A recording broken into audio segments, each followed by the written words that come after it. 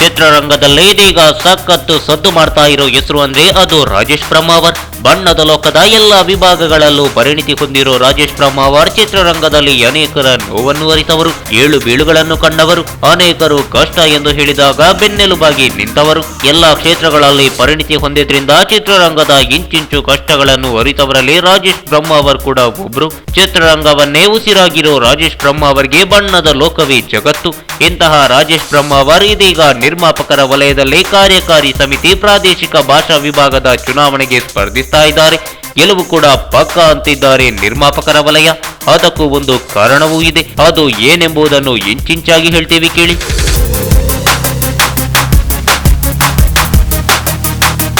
ಅದು 1997 ಬಣ್ಣದ ಲೋಕಕ್ಕೆ ಎಂಟ್ರಿ ಕೊಟ್ಟ ರಾಜೇಶ್ ಬ್ರಹ್ಮಾವರ್ ಸಿನಿ ರಂಗದಲ್ಲಿ ಮಾಡದ ಕೆಲಸಗಳಿಲ್ಲ. ಎಲ್ಲ ಕ್ಷೇತ್ರಗಳಲ್ಲಿ ಪರಿಣಿತಿ ಹೊಂದಿರೋ ರಾಜೇಶ್ ಅನೇಕರ ಕಷ್ಟಗಳಿಗೆ ಸ್ಪಂದಿಸಿದ್ರು. ಹೀಗೆ ಒಂದಿಷ್ಟು ಮಂದಿಯ ಪರಿಚಯವಾಯಿತು. ಪರಿಚಯ ಗೆಳೆತನಕ್ಕೆ ತಿರುಗಿತು. ಬರೀ ಸಿನಿಮಾವೇ ಲೋಕ ಅಂತಿದ್ದ ಸಿನಿಮಾ ರಂಗದವರಿಗೆ ಸಿನಿಮಾ ಬಿಟ್ಟು ಬೇರೇನಾದ್ರೂ ಮನೋರಂಜನೆ ಬೇಕಲ್ವಾ ಅನ್ನೋ ಪ್ರಶ್ನೆ ರಾಜೇಶ್ ಬ್ರಹ್ಮಾವರ್ಗೆ ಮೂಡಿತು. ಆವಾಗ ಚಿತ್ರರಂಗದವರಿಗಾಗಿ 2006ರಲ್ಲಿ ಡೆಲ್ವಿ ಕಪ್ ಅನ್ನೋ ಟೆನ್ನಿಸ್ ಟೂರ್ನಮೆಂಟ್ ಅನ್ನು ಆಯೋಜಿಸಿ ಸ್ಯಾಂಡಲ್ವುಡ್ ನಲ್ಲೇ ಸದ್ದು ಮಾಡಿದ್ರು. ಆ ಬಳಿಕ 3 ವರ್ಷದಲ್ಲಿ ಇಡೀ ದೇಶವೇ ಸ್ಯಾಂಡಲ್ವುಡ್ ನತ್ತ ತಿರುಗಿ ನೋಡುವಂತಹ ಕೆಲಸಕ್ಕೆ ನಾಂದಿ ಹಾಡಿದ್ರು ರಾಜೇಶ್. ಅದು ಏನು ಗೊತ್ತಾ?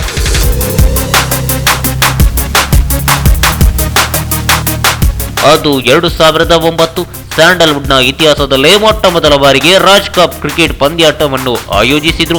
ಅದು ಸಾಗರದಾಚೆಗಿನ ದ್ವೀಪ ರಾಷ್ಟ್ರ ಶ್ರೀಲಂಕಾದಲ್ಲಿ ನಡೆದ ರಾಜ್ ಕಪ್ ಕ್ರಿಕೆಟ್ ಪಂದ್ಯಾಟ. ಈ ಪಂದ್ಯಾಟವನ್ನು ಆಯೋಜನೆ ಮಾಡಿದ್ದು ಇದೇ ರಾಜೇಶ್ ಬ್ರಹ್ಮಾವರ್. ಆ ಬಳಿಕ ರಾಜ್ ಕಪ್ 3 ಕಡೆಗಳಲ್ಲಿ ಅಂದ್ರೆ ಒಟ್ಟು 4 ಬಾರಿ ನಡೆಸಿದ್ರು ರಾಜೇಶ್ ಬ್ರಹ್ಮಾವರ್.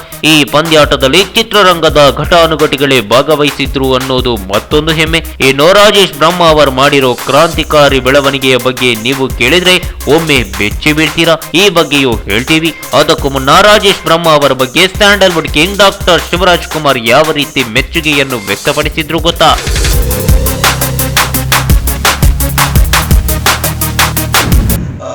ತುಂಬಾ ಶ್ರಮಜೀವಿ ಅವರು. ಯಾವಾಗಲೂ ಅಷ್ಟೇ ಇದು ಮಾಡಬೇಕು ಅದು ಮಾಡಬೇಕು, ಬೇರೆ ಯೂನಿಯನ್ನೇ ಕಟ್ಟಿದವರು.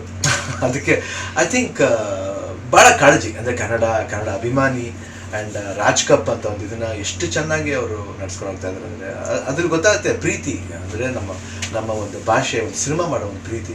ಇವಾಗ ಸಾಕಷ್ಟು ಒಂದೊಂದು ಹೆಜ್ಜೆಗಳು ಇಡ್ತಾ ಇದ್ದಾರೆ. ಅದು ನಮ್ಗೆ ಬಹಳ ಖುಷಿಯಾಗಿದೆ. ಬಣ್ಣದ ಲೋಕದಲ್ಲಿ ಒಂದು ಸಿನಿಮಾ ಮಾಡಬೇಕು ಅಂದ್ರೆ ನಿರ್ಮಾಪಕರು ಮುಂದೆ ಬರೋದೇ ಕಷ್ಟ. ಅಂತಹದ್ರಲ್ಲಿ ಮುಂದೆ ಬರೋ ನಿರ್ಮಾಪಕರ ಕತ್ತು ಸಿಕ್ಕಿದ್ರೆ ಯಾವ ನಿರ್ಮಾಪಕರಾದ್ರೂ ಸಿನಿಮಾ ಮಾಡೋಕೆ ತಯಾರಿರ್ತಾರ? ಇದೇ ಸಮಸ್ಯೆ ಒಂದು ಸ್ಯಾಂಡಲ್ವುಡ್ ನಲ್ಲಿ ನಡೆದಿತ್ತು.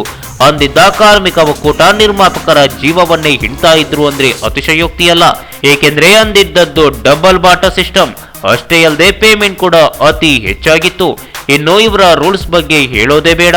ಏಕೆಂದ್ರೆ ಶೂಟಿಂಗ್ ಮುಗಿಯೋದು 5 ನಿಮಿಷ ತಡವಾದ್ರೂ ಮುಂದಿನ ದಿನದ ಪೇಮೆಂಟ್ ಕೊಡಬೇಕಾಗಿತ್ತು. ಇವರ ರೂಲ್ಸ್ ಎಷ್ಟು ಕಠಿಣವಾಗಿತ್ತು ಅಂದ್ರೆ ನಿರ್ಮಾಪಕ ಸಿನಿಮಾ ಅನ್ನೋ ಹೆಸರು ಕೇಳ್ತಿದ್ದಂತೆ ಬೆಚ್ಚಿ ಬೀಳೋ ಪರಿಸ್ಥಿತಿ ನಿರ್ಮಾಣವಾಗಿತ್ತು. ಆದ್ರೆ ಇವರ ವಿರುದ್ಧ ಧ್ವನಿ ಎತ್ತೋ ಧೈರ್ಯ ಯಾರು ಮಾಡಿರಲಿಲ್ಲ. ಮಾಡಿದ್ರೂ ಅದನ್ನು ಇಂಪ್ಲಿಮೆಂಟ್ ಮಾಡೋ ಮನಸ್ಸು ಯಾರಿಗೂ ಇರಲಿಲ್ಲ. ಆದ್ರೆ ಸಮಸ್ಯೆ ಎದುರಾಗುತ್ತೆ ಎಂದು ತಿಳಿದ್ರು ಅನ್ಯಾಯದ ವಿರುದ್ಧ ತೊಡೆ ತಟ್ಟಿದ ಮೊದಲಿಗ ಅಂದ್ರೆ ಅದು ರಾಜೇಶ್ ಬ್ರಹ್ಮಾವರ್. ಈ ಸಂದರ್ಭದಲ್ಲಿ ಅನೇಕ ಸವಾಲು ಬೆದರಿಕೆಗಳನ್ನು ರಾಜೇಶ್ ಎದುರಿಸಿದ್ರು. ಆದ್ರೆ ಇವ್ಯಾವುದಕ್ಕೂ ಜಗ್ಗದ ಇವರು ಸವಾಲುಗಳಿಗೆ ತೊಡೆ ತಟ್ಟಿ ಸವಾಲ್ ಹಾಕಿ ಮತ್ತೊಂದು ಕಾರ್ಮಿಕ ಒಕ್ಕೂಟ ಕಟ್ಟಿದ್ರು. ಈ ಮೂಲಕ ನಿರ್ಮಾಪಕರಿಗೆ ಎದುರಾಗ್ತಾ ಇದ್ದ ಮಹಾ ಅನ್ಯಾಯದ ವಿರುದ್ಧ ಸಮರ ಸಾರಿದ್ರು. ನಿರ್ಮಾಪಕರು ಹಾಗೆ ಕಾರ್ಮಿಕರಿಗೆ ಯಾವುದೇ ತೊಂದರೆಯಾಗದಂತೆ ಉದಯವಾಯಿತು ಮತ್ತೊಂದು ಕಾರ್ಮಿಕ ಒಕ್ಕೂಟ. ಇದರಿಂದಾಗಿ ನಿರ್ಮಾಪಕರಿಗೆ ಆಗ್ತಾ ಇದ್ದ ಮಹಾ ಮೋಸಕ್ಕೆ ಬ್ರೇಕ್ ಬಿದ್ದಂತಾಯಿತು.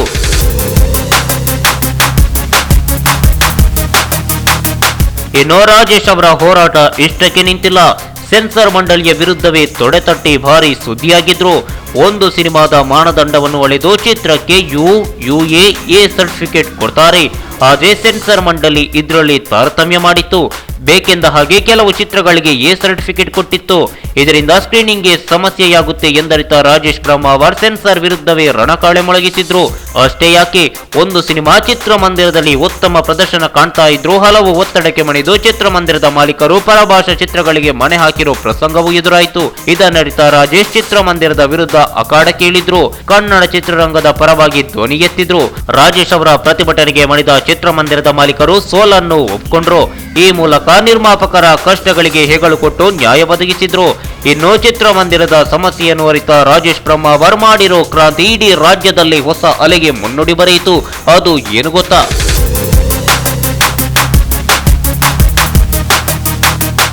ಅಂದಹಾಗೆ ದಿನದಿಂದ ದಿನಕ್ಕೆ ಚಿತ್ರಮಂದಿರಗಳು ದರ್ಶಾಯಿಯಾಗ್ತಾ ಇದೆ. ಇದರಿಂದಾಗಿ ನಮ್ಮ ನೆಲದಲ್ಲಿ ನಮ್ಮ ಸಿನಿಮಾ ತೆರೆ ಕಾಣೋದಕ್ಕೆ ಚಡಪಡಿಸ್ತಾ ಇದೆ. ಹೀರೋ ಸ್ಕ್ರೀನ್ಗಳು ಪರಭಾಷಾ ಚಿತ್ರಗಳ ಪಾಲಾಗ್ತಾ ಇರೋದ್ರಿಂದ ನಮ್ಮ ನೆಲದಲ್ಲಿ ನಮ್ಮ ಸಿನಿಮಾಗಳ ಸ್ಕ್ರೀನಿಂಗ್ಗೆ ಭಾರಿ ತೊಂದರೆಯಾಗ್ತಾ ಇದೆ.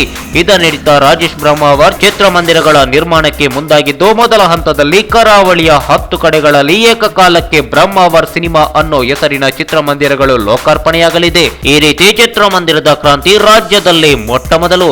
ಈ ಮೂಲಕ ಸಿನಿ ರಂಗದಲ್ಲಿ ತನ್ನದೇ ಆದ ಕ್ರಾಂತಿಯ ಮೂಲಕ ಹೆಸರುವಾಸಿಯಾಗಿದ್ದಾರೆ ರಾಜೇಶ್ ಬ್ರಹ್ಮಾವರ್. ಹೀಗಾಗಿ ಇಂತಹ ನಾಯಕ ನಮ್ಗೆ ಬೇಕು ಎಂದು ಅದೆಷ್ಟೋ ಮಂದಿ ನಿರ್ಮಾಪಕರು ರಾಜೇಶ್ ಬ್ರಹ್ಮಾವರ್ಗೆ ಜೈ ಅಂತಿದ್ದಾರೆ.